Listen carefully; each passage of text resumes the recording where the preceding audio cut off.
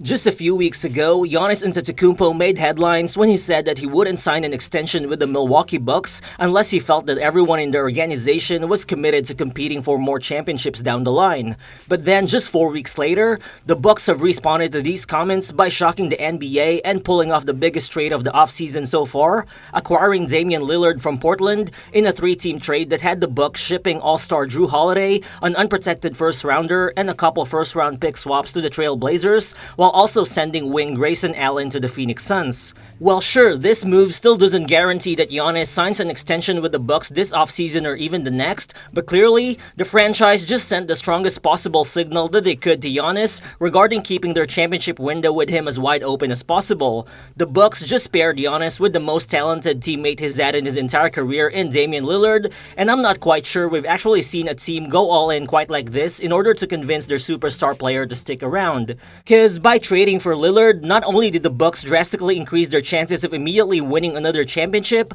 but what's even crazier is that Milwaukee have also likely kept other rival Eastern Conference teams like Miami, Philly, or New York in check, as those teams' hopes of either landing Damian Lillard this summer or trading for Giannis next offseason are now basically gone. Well, sure, Milwaukee paid a huge price in order to pull off this trade, as they essentially sacrificed their future flexibility both in terms of their cap space and draft assets. But in this video, we'll dive deeper into why trading for Damian Lillard just might solve the Milwaukee Bucks' problems, both in the present and in the future. So let's get to it.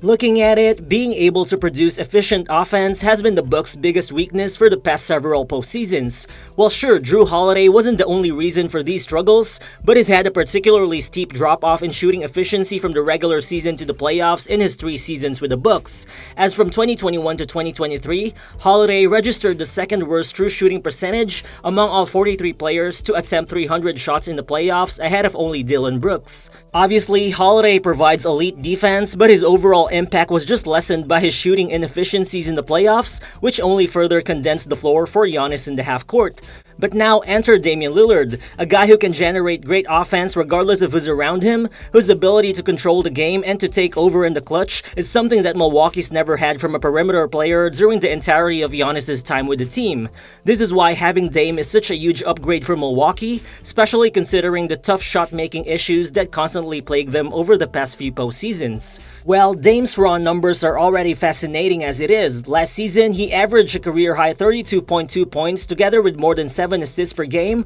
on a highly efficient 64.5 true shooting percentage. But then look into the advanced statistics and Dame's offensive impact becomes even more glaring, as last season, he ranked first and second respectively in the entire NBA in terms of offensive estimated plus-minus rating and offensive Bucks plus-minus rating, going head-to-head with 2023 Finals MVP Nikola Jokic in each category. What's even scarier though is that Lillard put up these numbers as part of a below-average offense in Portland, but now surrounded with more dynamic offensive weapons in Milwaukee, Dame will be even more dangerous as a guy who can easily shoot off the bounce from way beyond the three-point line, but who can also get downhill and attack the rim when defenders try to trap him as soon as he crosses half court. Particularly, I can just imagine how unstoppable the Bucks offense could be once Dame starts running pick and rolls with Giannis, because in reality, Giannis has never really played with a pick and roll ball handler as good as Damian Lillard before. As per Second Spectrum, last season, Lillard produced 1.16 points per play as a pick and roll ball handler, which was the second most productive mark in the entire NBA, only behind Luka Doncic. That's already impressive, but just imagine how much more productive Lillard can become in the pick and roll once you replace Drew Eubanks with Giannis as his ball screen partner. If the defense chooses to drop, Lillard can simply launch a long three-pointer, but even if defenders blitz and try to double Dame, Giannis will just come rumbling down the paint, taking advantage of whoever's left in the interior. Then again, if you put Lillard and Giannis on one side of the floor, you could also expect tremendous help defense from opponents, which would most likely allow Khris Middleton, who's on the weak side, to feast in ways he's never done before, while guys like Malik Beasley, Jay Crowder, Pat Connaughton, and even Brook Lopez should also have the most open looks they've had in their entire careers. But obviously, there will still definitely be adjustments expected from the Bucks' offensive schemes, because overall, between Jrue Holiday and even going back to Eric Bledsoe, the Bucks have always prioritized defense over playmaking with their point guards, which is why Milwaukee has has never really run a lot of pick and roll schemes, which could have empowered their ball handlers to create more offense. Last season, the Bucks only averaged 59.7 ball screens used per game, which was the fourth fewest in the entire NBA, despite that being their highest ball screen output during the Mike Budenholzer era. But on the other hand, Damian Lillard alone used more than 36 ball screens per game last season in Portland, which was the seventh most in the entire NBA. So obviously, for the Bucks' new offense to be dynamic, Giannis is expected to share some of his touches with Dame. The thing is, Khris Middleton, who's also a capable shot creator, needs to have his share of touches as well. So Dame definitely has to make adjustments too. The problem is, he's never played with an all-star since he and LaMarcus Aldridge were teammates in Portland early in Dame's career. Well, to be fair, Damian Lillard's shooting ability makes him a viable threat off the ball, but the problem was that in Portland, he simply didn't display the type of dynamic off-ball movement that sets Steph Curry apart from other point guards who can shoot. But now, the hope is that, with the help of Lillard's former head coach Terry Stotts, who's now joined Milwaukee's bench as an assistant coach, the Bucks should immediately be able to explore the best ways to deploy Dame on offense as they look to craft an effective scoring attack around him, Giannis, and Khris Middleton. No matter the adjustments though, I think this current version of the Bucks still has too much talent and too much shooting to not drastically improve from their number 15th ranked offense last season.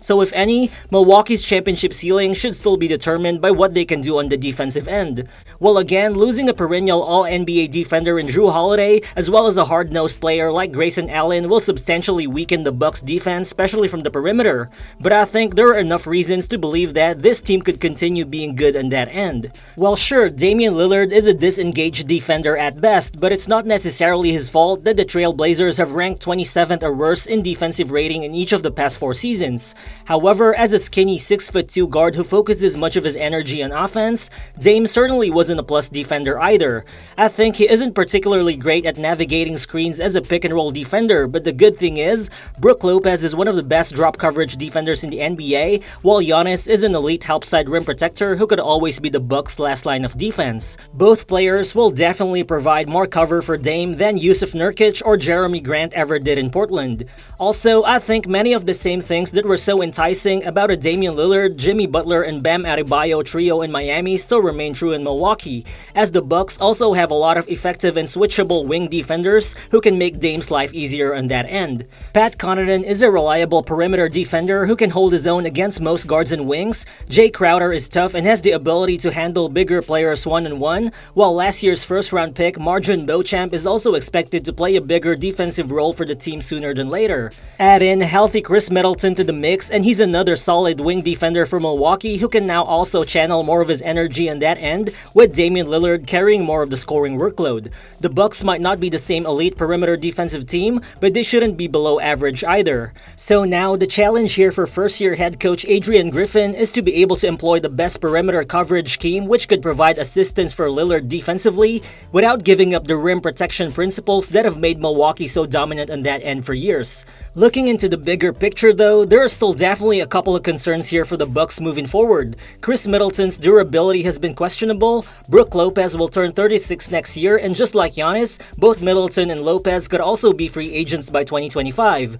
Also, Damian Lillard is already 33, and once his extension takes effect in a couple years, Milwaukee will owe him an estimated amount of $122 million from 2025 to 2027. So the danger here is quite clear for Milwaukee, and that is, if they don't at least make the NBA Finals over the next 2 years, there's still a huge chance Giannis leaves them as a free agent in 2025, which would then leave Milwaukee with a 36-year-old Damian Lillard and his huge contract down the line. But still, at the end of the day, if the Bucks didn't do this trade and suffered another early playoff exit next season, Giannis most likely would have left anyway, which is why I think this trade is a huge win for Milwaukee whichever way you look at it. One thing is for sure though, and that is Giannis' message was heard loud and clear by the Bucks organization, and more importantly, Damian Lillard and Giannis have now both been given everything they could have possibly wanted in terms of a co-star. Now it's just up to those two superstars to make the most of their pairing by winning another NBA championship for the Milwaukee Bucks. So thank you guys if you've actually made it this far into the video, and do you guys think that the Bucks should now be considered the favorites to win the 2024 NBA title after the Damian Lillard trade? Feel free to drop your thoughts in the comment section below, and again, if you're new to the channel, please consider subscribing as well. Again, this is Real Balls, and I'll see you on the next one. Peace.